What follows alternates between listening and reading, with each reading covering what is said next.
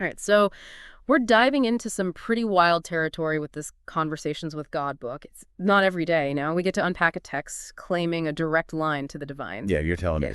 And I mean, we could get kind of lost debating if it's legit, right? But the good stuff, the really interesting part, got to be the ideas themselves. Like, let's just follow those and see where they go. Totally. And one of the first rabbit holes this book goes down is time. It basically says everything we think we know about past, present, future, out the window, all happening at once, apparently. Even uses premonitions as an example. Like, what if those feelings are actually messages from our future self? Right. Yeah, it's a total mind bender. To get this vertical timeline idea across, the book uses the analogy of a spindle with, like, sheets of paper for different moments all stacked together. And honestly, not as crazy as it sounds. Some physics theories, like the block universe theory, they suggest past, present, future are all equally real, existing right now. They even use concepts like relativity, folded space, which, yeah, it's complex, but it suggests time might not be as simple as we think. Man, I'm trying to wrap my head around that one. Okay, let's move on to something that's, well, it's going to get some strong reactions for sure. The text claims Hitler ended up in heaven. And get this, it even says, according to God, he did nothing wrong. Yeah, that's definitely a big one, and understandable why people get hung up on it. But to get why the text says this, gotta understand how it sees morality, right? It argues that actions are judged on your own personal model of the world. So with Hitler, the text is saying, in his messed up view of reality, he truly believed what he did was justified. Hold on, so are we saying there's no right and wrong, it's all relative? I know. That's a slippery slope to be standing on. It's one of those things that brings up way more questions than answers, you know? Yeah. Like, if you understand why someone does something, even something awful like Hitler, does that change if it's wrong? If someone truly believes they're doing good, even if it causes suffering, are they off the hook? Something to think about. For sure. Okay, changing gears big time here. Yeah. Let's talk about something this book's surprisingly open about. Sexuality.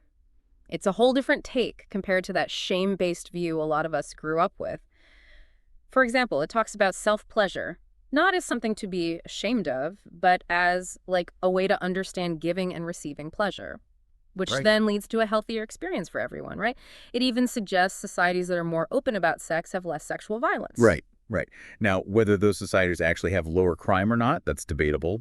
Probably a lot of factors there.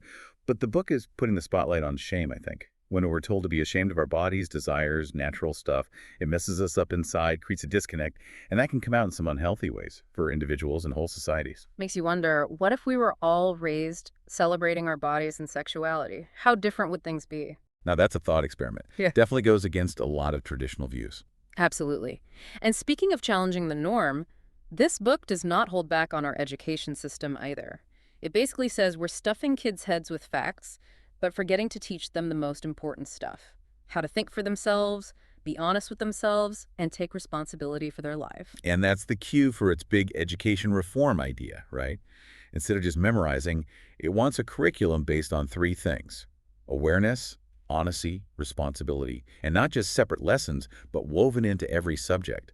Imagine math class, where you're not just doing formulas, but also talking about how those formulas can be used ethically, responsibly. Now that I like a lot, it's about making knowledge actually mean something in the real world. Exactly. The book uses the word wisdom a lot, saying true wisdom is seeing not just the what of knowledge, but the why and the how. It's like knowing a bunch of facts versus understanding how to use them to navigate life, make good choices. 100%. And there are real schools trying this stuff out. Waldorf education, for one, is all about hands-on learning, critical thinking, being creative, alongside the usual subjects. It's good to know those alternatives are out there and working. Now get ready for this, because this book goes from personal growth to, like, full-on global revolution. It proposes a unified world government. Like a bold move, no question. And the book links it back to that interconnectedness idea, right? We're all one big, messy family sharing this one planet, and the way we do things now, all competition and self-interest, it just ain't going to work long term. Right, and to deal with poverty, inequality, the environment going haywire, it says we need a whole system focused on working together with everyone's well-being at the center. It even proposes a total system reboot with this totally transparent global compensation thing where everyone sees what everyone else earns, spends. The book calls it the Worldwide Compensation System, or WCS, and yeah. Imagine a world with zero secrets about who makes what, who pays what in taxes. The idea is this huge transparency would cut down on corruption, make things fairer, you know? Now, whether that's even doable with how global politics are right now, that's another conversation entirely. You said it. And the book knows this unity vision is going to hit a wall with folks who benefit from the way things are now. Yeah. All the power and secrecy. Okay, before we get too deep into that, got to ask about one of the more, shall we say, out there ideas in this book. It says extraterrestrial beings aren't just real, they're here and helping us evolve spiritually. Definitely grabs your attention, that one. What's interesting is how it handles the whole alien fear factor. Right. It's like it's saying, just like us, ETs are on a spectrum of like how evolved they are. So some might have the fancy tech but haven't quite figured out the whole compassion thing. That's a little unsettling. Yeah, that's the implication. Yeah. But it also says there are others who are way past that, and they want to help us grow consciously, spiritually. Man, there's a lot to unpack there. So we're talking about rethinking time, the future of humanity, everything in between. What stands out to you most in all this? You know, running through all these wild topics, I keep coming back to personal responsibility. How we treat ourselves, each other, this planet, the book, seems to be saying we're in charge of creating our reality.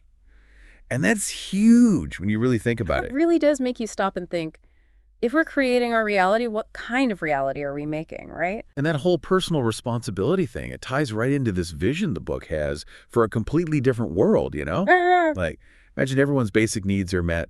Nobody's struggling just to get by or obsessed with stuff. That sounds kind of utopian, right? Yeah, for sure. But the book says it's possible if we stop being so me first and really get this deep connection we all have. So instead of fighting over scraps, we work together to build a system where everyone wins. But how do you even start bridging that gap between where we are now and that kind of idealistic vision? Well, the book says it starts on the inside with how we think.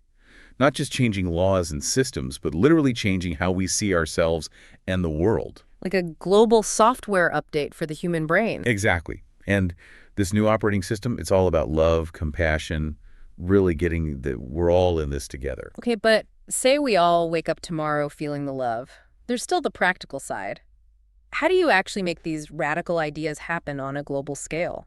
That's where the book gets down to brass tacks, you know. He's talking about a complete system overhaul, like creating a world government that's all about unity and working together, not competition and self-interest. World government, that's a pretty big jump. No kidding. And the book admits that'd take a massive shift in, well, everything. It even lays out ideas for how this government would work, including this wild concept called the worldwide compensation system. Yeah.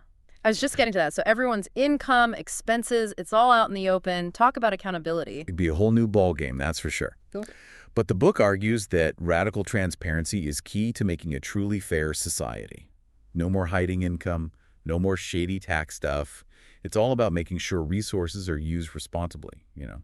I gotta admit, it's a fascinating thought. But come on, how realistic is it? Even on a small scale, transparency is a hard sell. 100%. And the book doesn't sugarcoat that. It knows this system would face huge pushback, especially from folks who benefit from the way things are now, all the secrecy and such. Hard to imagine those in power just giving up control, giving up their wealth. Right. And that goes back to a big idea in the book. Real change means letting go of the old ways, even if they're comfy, familiar. So we're back to that consciousness shift. It's like the book is saying we gotta evolve our thinking if we want a world that works for everyone. And that evolution, it's not just about new beliefs or whatever. It's about tapping into something deeper, a deeper awareness. Okay, so how do we do that? How do we go from scarcity and fear to abundance and trust? Not just me, not just you, but everybody. That's the million-dollar question, right? Yeah. The book gives a few interesting answers. It says it starts with you. Self-awareness, being honest, owning your thoughts and actions. So inner work is non-negotiable. It's the foundation. Yeah.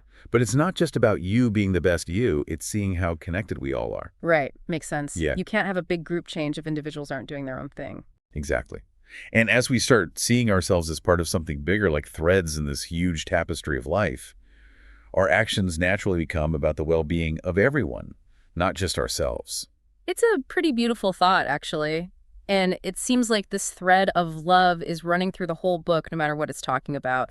Love is the big bang. Love is the answer to fighting. Love is how we change ourselves and the world. Totally. The book makes it seem like love isn't just a feeling. It's like the most powerful force there is. And not just sitting back hoping for the best either. It's about choosing love on purpose in every moment, every word, every action. That's a great way to put it. It's about living love, showing it, making a world that reflects that power. Man, that's a tall order, Yeah, especially with how things are right now. no doubt. And the Yeah. book doesn't pretend it's easy, but it keeps saying love is the strongest force in the universe. So love conquers all, is that what we're saying? I think that's the question it wants us to ask. Mm. Can love heal the past, fix what's broken now, and create a future where everyone thrives? It's a challenge, a call to action, like an invitation to see what love can really do. This has been quite a deep dive, that's for sure. We've covered so much, from personal stuff to global issues, from practical advice to deep philosophical questions. And through it all, we keep bumping into this idea of love, how it can change individuals and whole societies. Before we wrap up this part of our deep dive, what's one question that's really stuck with you? After exploring all these ideas, As we've been talking, it's got me thinking about free will. If our thoughts are really shaping reality, like the book says, then how much control do we really have? Are we choosing our destiny or just going through the motions of something pre-programmed? now that is a question to ponder. And I think it's the perfect segue to the final part of our deep dive, where we'll be getting into the book's take on free will, destiny, and the nature of reality itself. That's been bugging me too, honestly. Yeah. If we're shaping reality with our thoughts, where's the room for free will? Are we really choosing or just along for the ride? It's a trip, right? The book says it's not one or the other, it's both. It's like there's this big plan, a design, but we're not puppets just acting it out. So we have a part to play, but we can ad-lib our lines. I like that. More like, we have a destination, but we get to pick the route, and the scenery along the way can change based on what we choose. And this is where the book brings in collective consciousness. It's like all our thoughts, beliefs, feelings, they're all feeding into this big energy field that shapes the world. So we're all plugged into this energy grid, and our vibes are affecting the overall frequency. Exactly. And the more of us who are tuned into love, compassion, unity, the more we can shift that frequency towards, peace, abundance. Yeah, Kind of optimistic when you think about it. I'm into it. Okay, so we're shaping reality with thoughts, adding to this energy field, and then on top of that, the book brings up extraterrestrial beings being involved in all this. Are we saying they're steering our evolution? For good or bad? The book definitely hints at that. It says there are these benevolent extraterrestrials, like subtly guiding us towards higher consciousness. They're like cosmic mentors, helping us remember we're spiritual beings with all this potential for love and wisdom. Cosmic mentors. Wow. Why so subtle, though? If they're so advanced, why not just land on the White House lawn and get it over with? The book says it's not so simple. It's like we're not ready for that kind of reveal. We're still too caught up in fear, greed, all that. It caused more problems than it'd solve, apparently. So they're giving us space to figure things out on our own. Right. And it's not that they're just watching. The book says they're working behind the scenes to help us wake up. But it also mentions there might be other not-so-nice extraterrestrials with their own plans. Okay, now that's a bit creepy, so not all aliens come in peace. It's like the book is saying, just like us, there are different levels of consciousness. Some are past wanting power and control, but others, maybe not so much. A whole new way of looking at things. This whole book has been a wild ride, expanding how we think about things. We've got time and creation, morality, even aliens. What's the takeaway? What's it all about? Through all the crazy ideas, I think the big message is empowerment. Whether it's our choices, how we affect the energy around us, even these beings guiding us, we're not just along for the ride. We're active participants, creating reality as we go. It's humbling and exciting at the same time, right? Right. We have way more power than we think to shape our lives, the world. Absolutely. And knowing that means we got to use it wisely. Yeah. Make choices based on love, build a world that reflects our best selves. This deep dive into conversations with God has been quite the journey. Mind-bending ideas, pushing the limits of what we think about ourselves, our world, the whole universe, really. Fascinating stuff. And I think the real magic of this book, whether you believe it literally or not, is it makes you curious. It makes you wonder what's possible. Exactly. It's like an invitation to question things, to open our minds, to step into a bigger version of ourselves and what we can create. So as we wrap up this deep dive, keep exploring these ideas, keep asking questions, see what you discover about yourself and the universe. After all, every journey starts with a single step, or in this case, a single thought. Thanks for joining us on this incredible deep dive into conversations with God. We hope this has sparked your own curiosity and inspired you to keep exploring the infinite possibilities within you and the world around you. Until next time, keep asking the big questions and keep diving deep.